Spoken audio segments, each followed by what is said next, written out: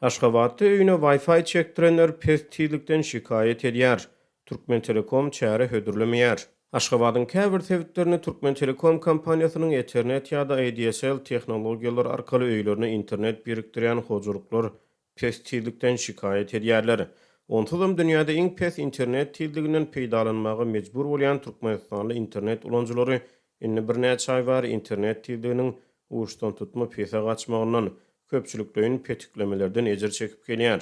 Adatlyň habarçysy Aşgabatyň 11-nji etrapçysynyň öýüne internet birikdiren hojuluklaryň pes internet tildiginden şikayet edýänliklerini habar berýär. Habarçymyz bilen anonimlik şertinde gurrundaş bolan bir Türkmen Telekom hünärmeni öýe çekilen internet aragatnaşygynyň haýal tildigine routerlaryň sebäp bolýanyny aýdýar.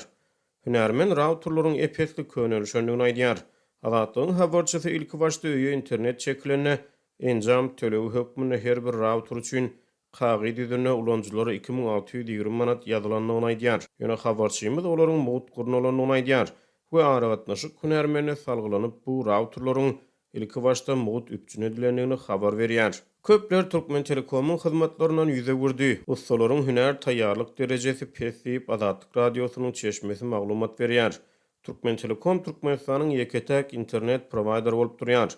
Apreliň ortalaryna hökümetçi neşirler Aşgabat şäher telefon ulgamy ýapyk görnüşli paýdarlar jemgyýetiniň paýtagtyň Demirgazyk künjeklerini internet aragatnaşygy bilen üpjün edenligini we şäheriň bu künjeklerini 26.000 metr töweregi fiber optik üstünli kabelleriň çekilenligini habar berdi. Azatlyk radiosynyň habarçysy bilen gurrundaş bolan Aşgabatly bir internet ulanjysy öz öýüne tas 1,5 aýdan gowrak wagt ber internetiň kadaly işlemeýändigini habar berýär. 1,5 ay ber Wi-Fi işlemeýär. 1 minutluk baglanýar, 3 minutlap ötýär. Ýöne şeýdip gaýtalanyp dur. Internet ýitýär. 2 Wi-Fi çylygy ötýär, soň ýene ýanýar. Diýip Wi-Fi ulanjysy gurrun berdi. Ol soňky 1,5 aýdan gowrak wagtyň dowamyny onlarça aragatnaşyk ustasynyň hojulugy gelip aragatnaşygy barlanyny, ýöne munyň netijesi bolanyny gurrun berýär. Hiç kim hiç saat düşündürüp bilmeýär. Usta gelip parolu täzeläp gidýär. Ondan kabeli barlamagy haýyş etsem, ol elini galgadyp mesele kabelde däl diýär.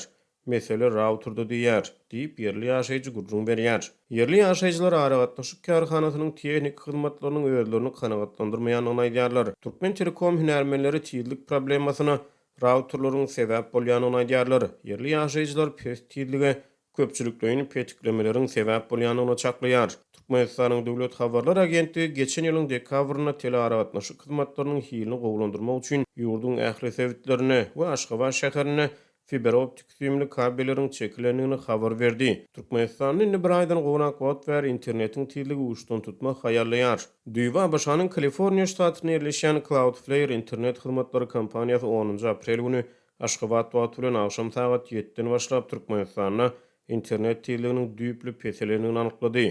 Şonu Cloudflare radar Türkmenistanyň internetiň tas dolu diýen ýaly öçürilendigini aýtdy.